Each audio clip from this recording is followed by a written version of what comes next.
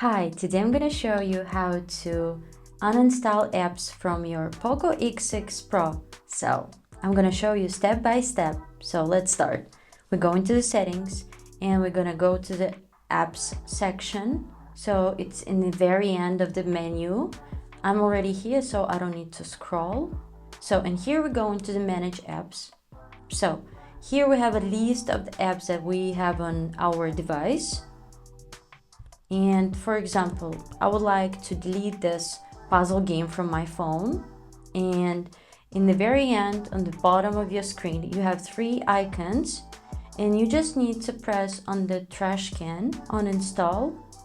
And you just need to confirm that you are deleting this app from your device. Just tap OK.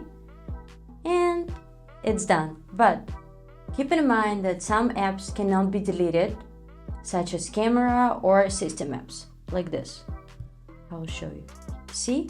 You don't have the option to uninstall it. You don't have a trash can icon.